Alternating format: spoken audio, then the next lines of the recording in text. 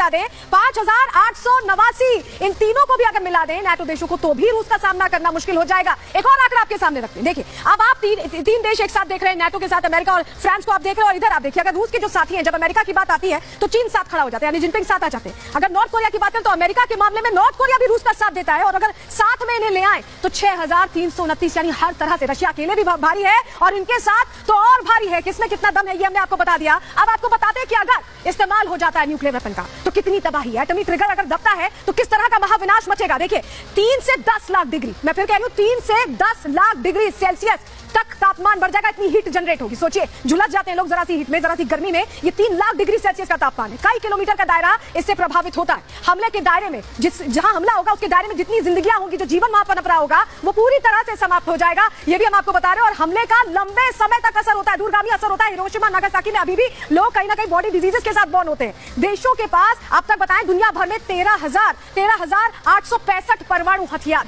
सोचिए आप, जीवन को, पृथ्वी पर जीवन को 50 बार खत्म करने जितनी ताकत है इन परमाणु हथियारों में। हम आपको डेटा के साथ बता रहे हैं। इसके अलावा धरती का पूरा इकोसिस्टम इस तरह के वेपन के इस्तेमाल के बाद बिगड़ जाता है, डिसबैलेंस हो जाता है। नतीजा क्या होता है, 10% जगहें ऐसी हैं जहां पर अगर ये इस्तेमाल हो जाता है इस तरह का टैक्टिकल वेपन, न्यूक्लियर वेपन, तो सूरज की रोशनी भी नहीं पहुंच पाती है। तो एक तरफ रशिया और रूस में किस तरह की, रशिया और यूक्रेन में किस तरह की तनातनी है ये हमने आपको बताया, लेकिन साउथ कोरिया और नॉर्थ कोरिया की भी जो दूरियां हैं, जो तलखियां हैं, वो किसी से छुपी हुई नहीं है। इस बीच अमेरिका ने साउथ कोरिया में अपनी महाविनाशक पनडुब्बी तैनात कर दी है और इससे किम जोंग उन को गुस्सा है। लगातार तमाम परीक्षण कर रहा है किम जोंग उन। तो क्या आर पार की जंग के हालात बन रहे हैं, क्या ये बैटल ग्राउंड है जो खुलने वाला है जंग के लिए, अंदर की खबर अब आपको बताने जा रहे हैं। रिपोर्ट देखिए।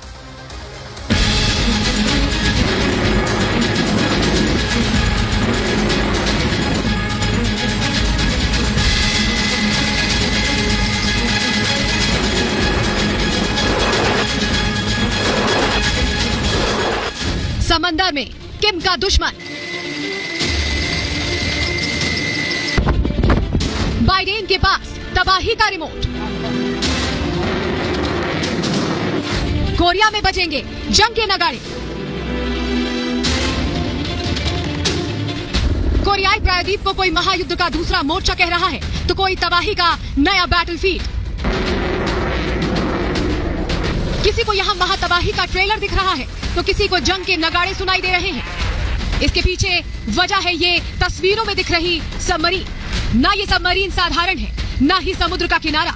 ये दोनों ही बड़ी जंग के संकेत दे रहे हैं।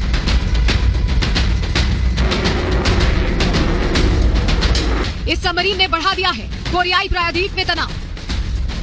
इस महाविनाशक, महाघातक सबमरीन का नाम यूएसएस मिशिगन है और जिस किनारे पर यह खड़ी है वो है साउथ कोरिया का समुद्री तट। मतलब साफ है, किम जोंग को जिस बात का डर था अमेरिका ने वो ही कर दिया।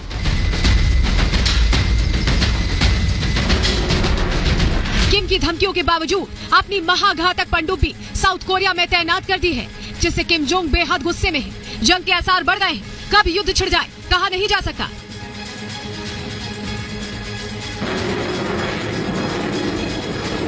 किम जोंग इस पनडुब्बी को लेकर तमतमाया हुआ क्यों है, ये जानने से पहले इस सबमरीन की ताकत जानना जरूरी है।